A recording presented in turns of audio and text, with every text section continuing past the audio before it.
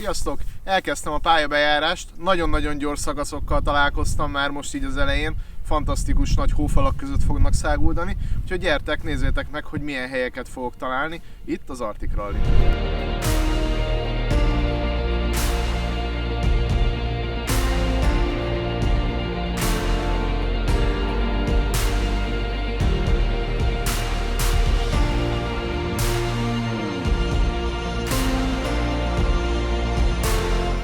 Nagyon fontos lesz a helyválasztásnál azt is figyelembe venni itt az Arctic Rallyn, hogy hova tudunk állni biztonságosan, honnan tudjuk majd elkészíteni a fotókat, mert ahogy láthatjátok, nagyon magasak a hófalak, és mögötte nincsen igazán kialakítva számunkra hely, úgyhogy ez is egy nagyon-nagyon fontos kérdés lesz nekünk.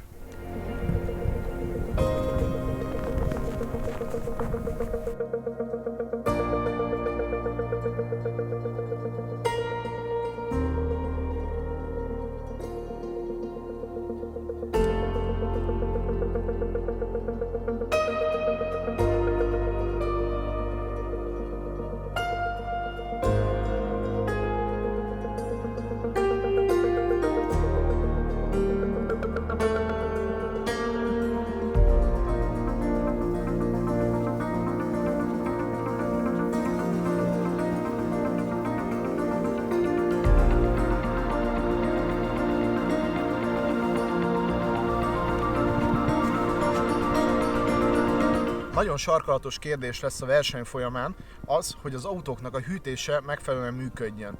Arra gondolok most itt elsősorban, hogy ha megnézitek az én BR autómat, teljesen eltömődött hóval, pedig én aztán nem közlekedtem úgy, mint a versenyzők, nem mentem versenytempóba. Ők azt tudják viszont csinálni, hogy minden szakasz között ezt a részt ők ki tudják nyitni, és van náluk egy nagy ecset, amivel ki tudják takarítani ezt, hogy az autónak a hűtése megfelelő legyen a következő szakaszokra. Megpróbálom majd nektek ezt megmutatni egy versenyautón is.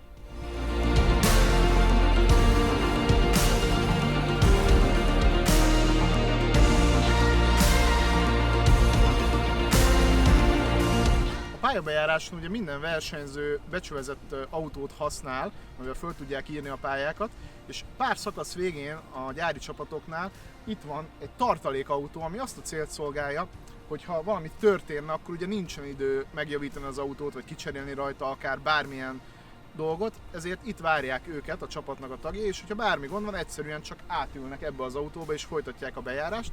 Gyertek, megmutatom, hogy néz ki belülről ez a Subaru, amit a Toyotások használnak.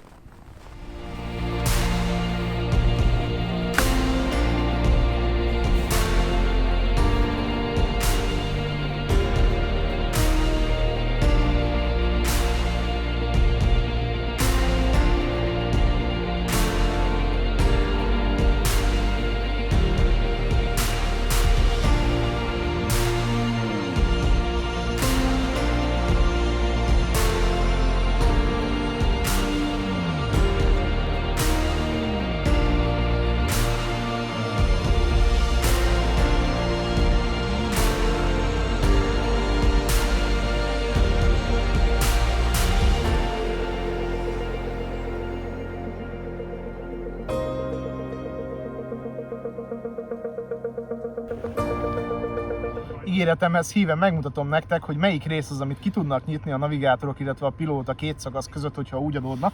Ez az a rész itt, amit lehajtva ki tudják ecsettel takarítani. A fényképezőgépemet pedig nem cseréltem le a hólapátokra, viszont ezek azok a lapátok, amik benne vannak az autóba, és ezzel tudják kiásni az autót, hogyha esetleg úgy adódna, de reméljük, hogy erre nem lesz szükség. Sziasztok!